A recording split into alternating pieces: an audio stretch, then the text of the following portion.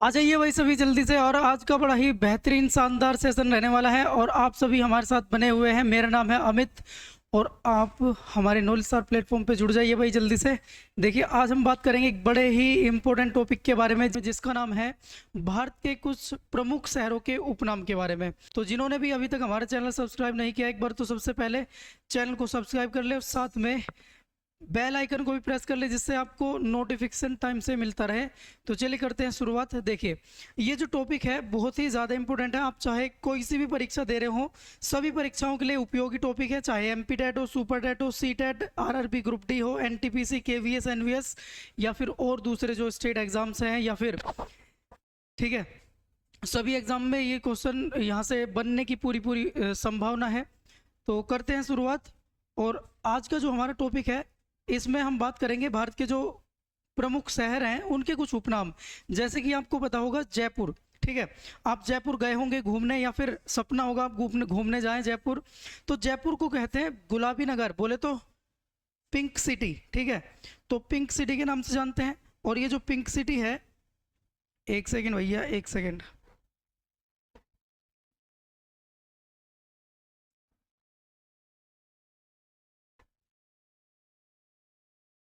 जादू की छड़ी खुल रही थी, ये जादू की छड़ी।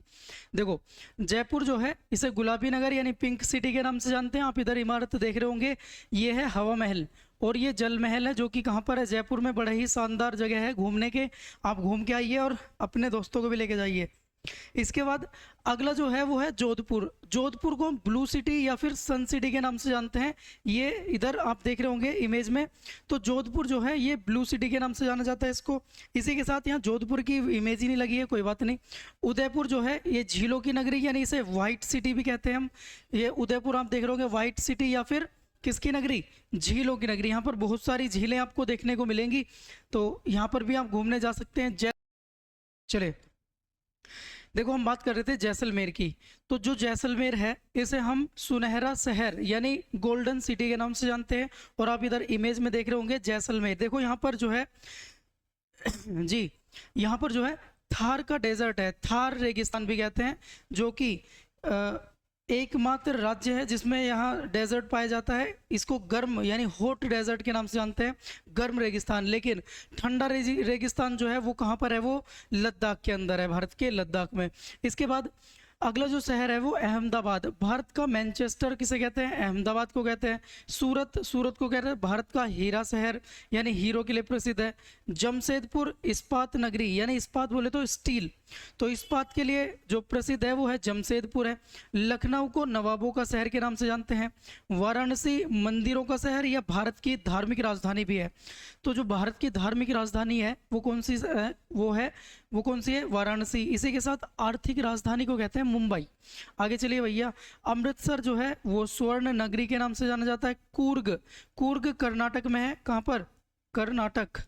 तो कूर्ग कर्नाटक ये भारत का स्कॉटलैंड के नाम से जानते हैं। बड़ा ही बेहतरीन यहाँ पर आपको नज़ारे देखने को मिलेंगे, पहाड़ियाँ हैं, ग्रीनरी है, बहुत बढ़िया। तो भारत का स्कॉटलैंड किसे कहते हैं हम, कूर्ग को। चेन्नई दक्षिण का डेट्रॉइट। इसके साथ साथ हैदराबाद, हैदराबाद को मोतियों का शहर, पर्ल्स के लिए प्रसिद्ध है हैदराबाद, मोतियों का शहर। मुंबई भारत की वित्तीय यानी आर्थिक राजधानी और गेटवे ऑफ इंडिया, 7 द्वीपों का शहर आदि के नाम से जानते हैं। पुणे को डेक्कन क्वीन, ठीक है, तो दक्कन क्वीन किसको कहते हैं, पुणे। इसके बाद नागपुर ऑरेंज का शहर यानी संतरों के लिए प्रसिद्ध है, नागपुर ऑरेंज शहर कहते हैं इसको। प्रयागराज भगवान का निवास या संगम सिटी, संगम शहर के नाम से जानते हैं। यहाँ पर गंगा यमुना सरस्वती, जो कि सरस्वती अब इस समय विलुप्त हो चुकी हैं, लेकिन आपको यहाँ पर गंगा और यमुना दोनों नदियाँ प्रत्यक्ष रूप में दिखाई दे सकती हैं, जो वहाँ पर उनका संगम होता है। आगरा, आगरा को हम ताज सिटी यानी ताजमहल यहाँ पर है तो इसीलिए ताज सिटी के नाम से जानते हैं। और साथ में पेठे के लिए भी प्रसिद्ध है, ये पेठा नगरी के नाम से भी इसको हम जानते हैं। कोलकाता, कोलकाता को महलों का शहर या इमारतों का शहर भी कहते हैं। ईटानगर, ईटानगर को कहते हैं उगते सूरज का सूरज की भूमि।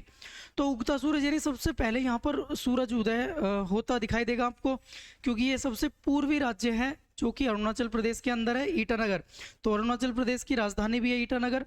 इसके साथ साथ नई दिल्ली, नई दिल्ली को रैलियों का शहर, क्योंकि यहाँ पर आए दिन कोई ना कोई रैलियां आपको जरूर देखने को मिल जाएगी, चाहे किसी का भी धरना देखने को मिल जाए, यानी वहाँ पर जंतर मंतर एक मतलब अलग ही जगह बना रखी है कि वहाँ पर आप धरना दे सकते हैं जाकर, ठीक है।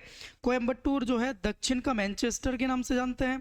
डिब्रूगढ़ भारत का चाय शहर यानी टी स्टेट के नाम से इसको हम जानते हैं। तो ये आप देख रहे होंगे टी स्टेट, भारत का टी स्टेट कौन है? असम है, और असम के अंदर ही है डिब्रूगढ़, तो भारत का चाय शहर हो गया ये। कानपुर को चमड़े का शहर भी कहते हैं। तो ये बहुत ही ज़्यादा इम्पोर्टेंट जो शहरों के उपनाम थे हमने देख लिए हैं। अगर आपको कोई डाउट हो तो हमें बताइए। देखिए अब एक बहुत ही महत्वपूर्ण सूचना आप सभी के लिए है। देखो RTE 2009 जो राइट टू एजुकेशन है, यानी निशुल्क बाल शिक्षा का अधिकार, निशुल्क एवं अनिवार्य बाल शिक्षा का अधिकार अधिनियम 2009 शिक्षा का अधिकार अधिनियम जो है ये चाहे कोई सी भी आपकी टीचिंग एग्जाम हो, ठीक है, सभी एग्जाम्स के अंदर यहाँ से कुछ ना कुछ क्वेश्चन आपको देखने को मिलेंगे, चाहे वो CTET हो, चाहे MP टेट हो, UP टेट हो, या फिर अदर जो एग्ज़ाम है CTET हो चाहे UP टेट हो। UP टेट आपको दिखाई दे रहा है बहुत ज़्यादा बारीक हो चुका है, ये इसको मोटा कर लेते हैं एक बार। देखो CTET UP टेट KVS हो गया, KVS NVS हो गया, KVS चाहे NVS हो और अदर एग्ज़ाम हो, सभी में यहाँ से जो क्वेश्चन है पूछे जाते हैं। और आप सभी इसको बड़े ही शानदार तरीके से आप हमारे साथ बने रहिए। इसको हम कल आपको टाइम बता दिया जाएगा। ये जो क्लास है पूरा जो RTE 2009 है इसके बारे में हम बात करेंगे, साथ में इसके मल्टीपल चॉइस क्वेश्चन भी यहाँ पर लेके आएंगे, जिससे कि आपको पता चल सके कि प्रीवियस ईयर में किस तरह के क्वेश्चन यहाँ से बने हैं। तो ये क्लास आपके लिए बहुत ज़्यादा इंपॉर्टेंट है आने वाले एग्जाम के लिए, जो भी आप देना चाहते हैं, चाहे UP TET, CTET, KVS, NVS या फिर और अदर जो टेट है, सभी में यहाँ से क्वेश्चन आने की पूरी संभावना है। तो चलिए आज के लिए इतना ही। बताइए हमारा जो ये सेशन था कैसा लगा आपको? अगर अच्छा लगा तो एक बार थम्स अप ज़रूर करें और साथ में अपने दोस्तों को भी शेयर करें। चलिए तो आज के लिए इतना ही। जय हिंद, जय भारत।